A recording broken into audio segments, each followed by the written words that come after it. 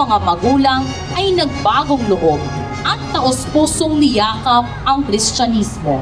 Si Santa Justina ay isang milagro at biyayang maituturing sapagkat sa loob ng maraming taon, sila ay hindi nabiyayaan ng anak. Si Santa Justina ay lumaki, may malasakit at may takot sa Diyos. Siya ay ang patrona ng Padua sa Italia. Ang kanyang dakilang kapistahan ay tuwing ika-7 ng Oktubre. Santa Justina de Padua, Ipanalangin mo kami. Ang banal na imahen ay nasa pangangalaga ni Kapitan Arcel Umipig ng Barangay Santa Rosa, Pasig City. Ang karosa ay sinasamahan ng Ministry on Migrants, Singles for Christ at Holy Name Society.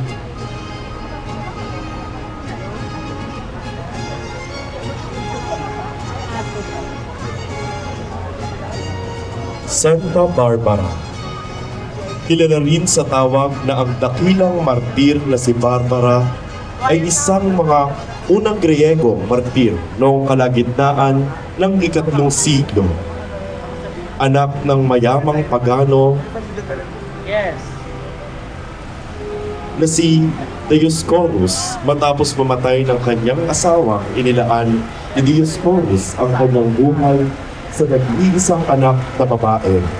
Dahil sa angking ganda ni Barbara at upang siya ay maprotektahan ng kanyang ama, siya ay itinago sa isang mataas na tore kung saan tanging ang kanyang mga paganong guro lamang ang makakakita sa kanya. Dahil sa kanyang kabanghaan sa mga nilalang ng Diyos, hindi nawaglit sa kanyang isip kung sino ang gumawa sa mga ito na alam niyang taliwas sa mga tinuro ng kanyang mga paganong guro. Siya ay pinapatay ng kanyang sariling ama sa pagpugot ng kanyang ulo at bilang kabayaran sa nagawa ng kanyang ama kay Santa Barbara, ito ay namatay matapos tamaan ng isang bigla. Ipinagdiriwang ang kanyang kapistahan tuwing ika-4 ng Disyembre.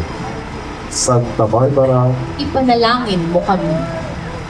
Ang banal na imahen ay nasa pangangalaga ni Ginoong Richard Altagracia Columbrillo mula sa lungsod ng Marikina.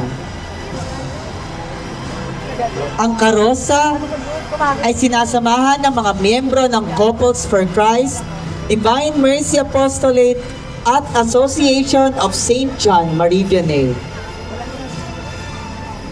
Santa Catalina ng Alexandria. Siya ay isang birhen at martir na nabuhay noong ika-4 na siglo. Kilala sa kanyang pambihirang talino at kagandahan. Sinasabing anak siya ng isang maharlika at nag-aral ng filosofiya na naging dahilan upang makipagdebate siya sa mga pilosopong pagano. Dahil sa kanyang pananampalataya, pinahirapan si Catalina. Ipinakulong siya at sinubukang paslangin gamit ang isang gulong. Ngunit sa himala, nawasak ang gulong. Sa huli, siya ay pinugutan ng ulo. Ipinagdiriwang ang kanyang kapistahan tuwing ika-25 ng Nobyembre. Santa Catalina ng Alexandria, Ipanalangin mo kami. ang banal na imahen ay nasa pangangalaga ni Ginoong Raymond Banansala mula sa Barangay Bambang, Pasig City. Ang karosa ay sinasamahan ng mga miyembro ng Greeters and Collectors at Biblical Apostolate at League of Eucharistic Guardians.